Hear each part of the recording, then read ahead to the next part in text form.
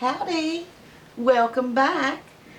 We're going to do part 2 of Hans Christian Andersen's The Elderbush. If you would like to view part 1, you can find it on my Storytime playlist on my channel, along with lots of other fairy tales that I have read for you to enjoy. So this is part 2 of The Elderbush. And when we left this story, the little boy was complaining that that was no fairy tale, said the little boy who was listening to the story. The thing is, you must understand it, said the narrator. Let us ask old Nanny. That was no fairy tale, 'tis true, said old Nanny. But now it's coming. The most wonderful fairy tales grow out of that which is reality. Were that not the case, you know, my magnificent elderbush could not have grown out of the teapot. And then she took the little boy out of bed, and she laid him on her bosom, and the branches of the elder tree, full of flowers, closed all around her. They sat in an aerial dwelling, and it flew with them through the air. Oh, it was wondrously beautiful. Old Nanny had grown all of a sudden a young and pretty maiden. But her robe was still the same green stuff with white flowers which she had worn before. On her bosom she had a real elderflower, and in her yellow waving hair a wreath of the flowers.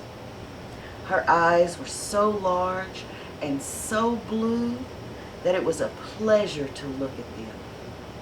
She kissed the boy, and now they were of the same age, and they felt alike. Hand in hand they went out of the bower, and they were standing in the beautiful garden of their home. Near the green lawn, Papa's walking stick was tied.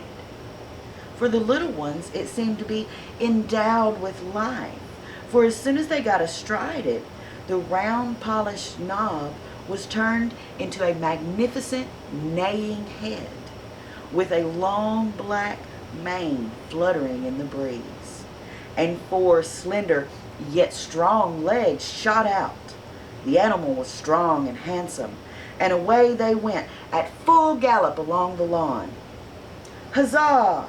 Now we are riding miles off, said the boy. We are riding away to the castle where we went last year. And they rode around the grass plot, and the maiden, whom we know was no one else but old Nanny, kept on crying out, Now we are in the country. Don't you see the farmhouse yonder? And there is an elder tree standing beside it, and the cock is scraping away at the earth for the hens. Look how he struts. And now we are close to the church. It lies high upon the hill between the large oak trees, one of which is half decayed.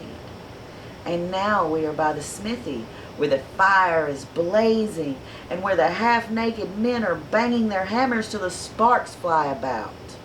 Away, away to the beautiful country seat. And all that the little maiden said,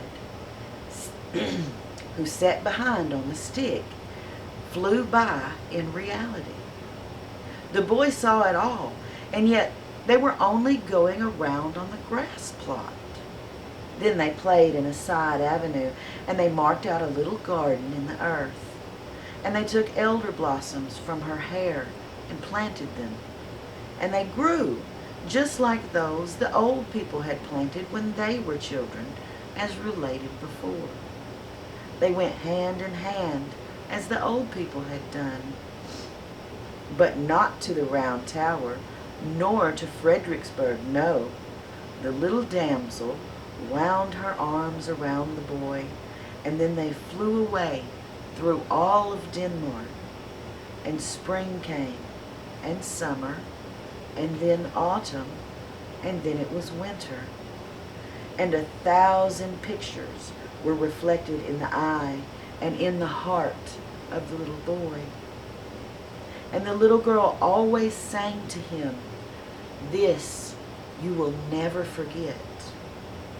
And during their whole flight, the elder tree smelt so sweet and odorous, and he remarked that the roses and the fresh beeches smelled lovely, but the elder tree had a more wondrous fragrance, for its flowers hung on the breast of the little maiden, and there too did he often lay his head during the flight.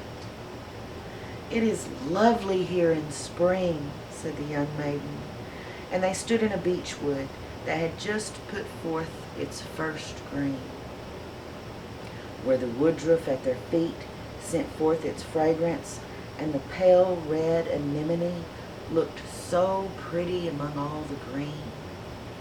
Oh, would that it were always spring in the sweetly smelling Danish beech forests. "It is lovely here in summer," said she, and she flew past the old castles of bygone days of chivalry, where the red walls and the embattled gables were mirrored in the canal, where the swans were swimming and peered up into the old, cool avenues. In the fields, the corn was waving like the sea. In the ditches, red and yellow flowers were growing, while wild drone flowers and blooming convoluces were creeping in the hedges. And towards evening, the moon rose round and large, and the haycocks in the meadow smelt so sweetly. This one never forgets. "It is lovely here in the autumn," said the little maiden, and suddenly the atmosphere grew as blue again as before. The forest grew red and green and yellow colored. The dogs came leaping along, and whole flocks of wild fowl flew over the cairn, where blackberry bushes were hanging round the old stones. The sea was dark blue, covered with ships full of white sails. And in the barn, old women, maidens, and children were sitting picking hops into a large cask. The young sang songs, but the old told fairy tales of mountain sprites and soothsayers. Nothing could be more charming. "It is delightful here in the winter," said the little maiden, and all the trees were covered with hoarfrost, and they looked like white corals. The snow crackled underfoot as if one had new boots on, and one falling star after another was seen in the night sky. The Christmas tree was lighted in the room, presents were there, and good humor reigned. In the country, the violin sounded in the room of the peasant. The newly baked cakes were attacked, and even the poorest child said, "It is really delightful here in the winter." Yes, it was delightful, and the little maiden showed the boy everything.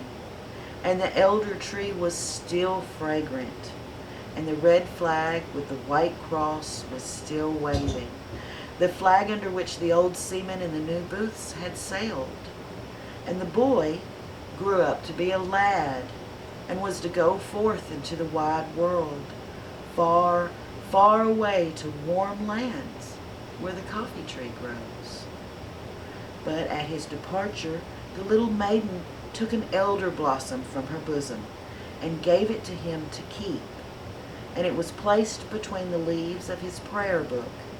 And when, in foreign lands, he opened the book, it was always at the place where the keepsake flower lay, and the more he looked at it, the fresher it became. He felt, as it were, the fragrance of the Danish groves, and from among the leaves of the flowers he could distinctly see the little maiden peeping forth with her bright blue eyes. And then she whispered, "It is delightful here in the spring, summer, autumn, and winter." And 100 visions glided before his mind. Thus passed many years, and he was now an old man, and he sat with his old wife under the blooming tree. They held each other by the hand, and as old grandfather and grandmother yonder in the booths did, they talked exactly like them of old times, and of the 50th anniversary of their wedding. The little maiden with the blue eyes and with the elder blossoms in her hair sat in the tree. She nodded to both of them and said, "Today is the 50th anniversary." And then she took 2 flowers out of her hair and she kissed them.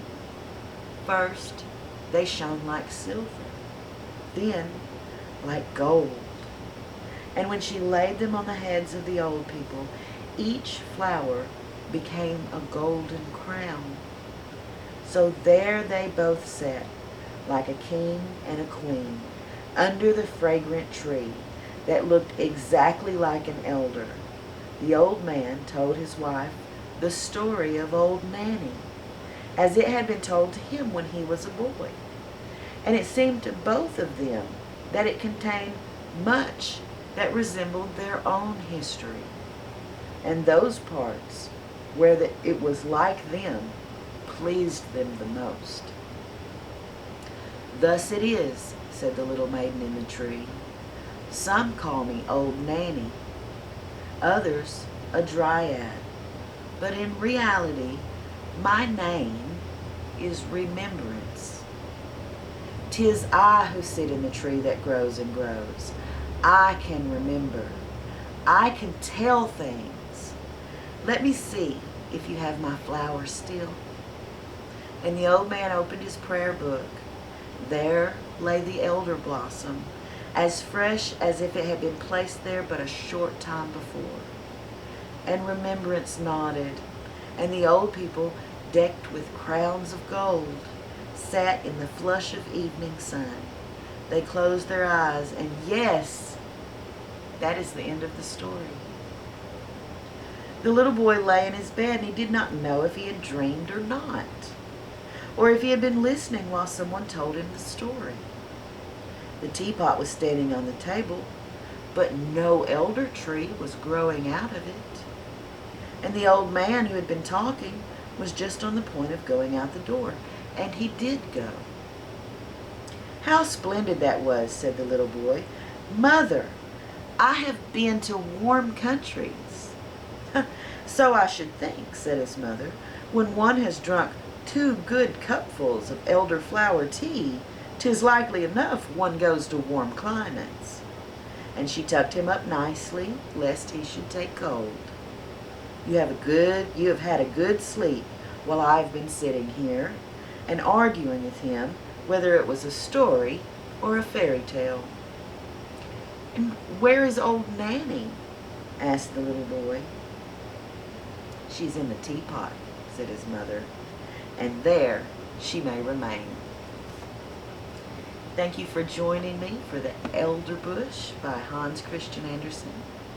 And until next time, y'all be sweet.